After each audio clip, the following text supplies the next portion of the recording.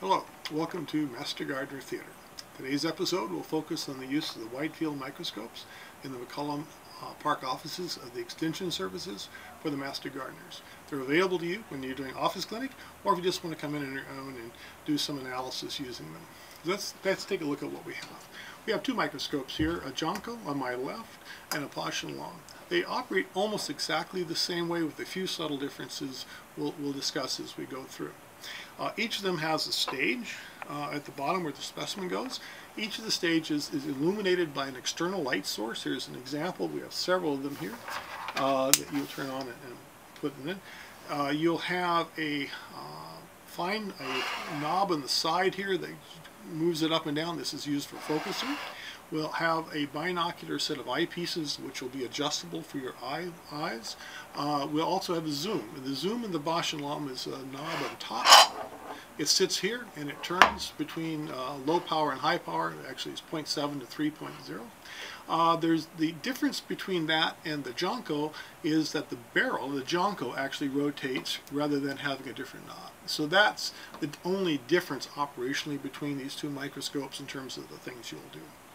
In terms of using them, you'll have a specimen. In this case, I have a small object, a bug in this case, in a petri dish. It can also be a piece of leaf, a limb, a twig, whatever. And if it's a live insect, it's good to put it in a petri dish with a cover so it won't run away. The distance of focus on the McCollum is about 4 inches and on the Jonco is about 2 inches. So you have to be sensitive to, particularly the Jonco, not putting something big in there where you jam the lens on it, because that would be a problem. So putting your specimen in, making sure the light's on and focused, and you can move the light during the analysis to looking at different things. You want to get it roughly in place so you get some rough magnification. Then you'll look in these two eyepieces here, and they move in and out, and you should move them in and out so that you don't have two circles, but you should have one circle. And when you do that, then you can do the fine focus then by bringing the right eye open and closing your left eye, and then using the adjustment knob at low power, keeping it low power, low zoom, to do the fine focus so the right eye is in focus. Then you'll close your right eye, open your left eye, and there's a fine focus on the side of the left ocular or eyepiece here that allows you to adjust the left eye into focus. And when you open the right eye again, both eyes should be in focus and you're in business. I mentioned to some people before, and using these things the last 40 years, I actually have never used this feature for whatever reason. This doesn't really matter to me, but for some people it may be more important and you should use it. The other issue is I wear glasses, and I have found over the years I prefer to operate these things without my glasses on.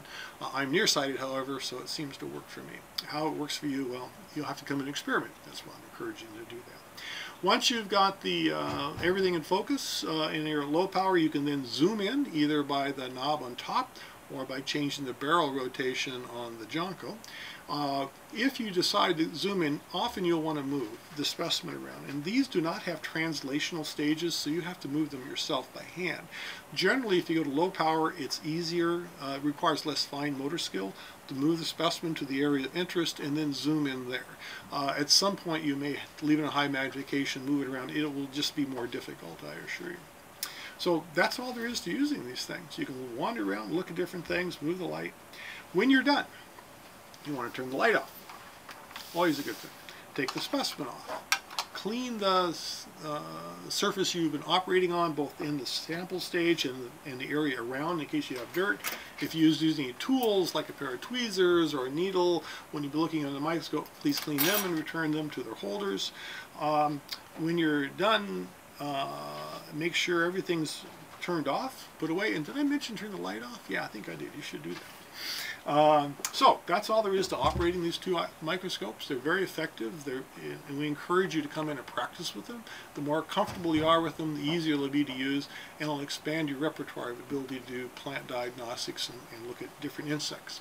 So on behalf of Master Gardeners in Snohomish County, thank you very much.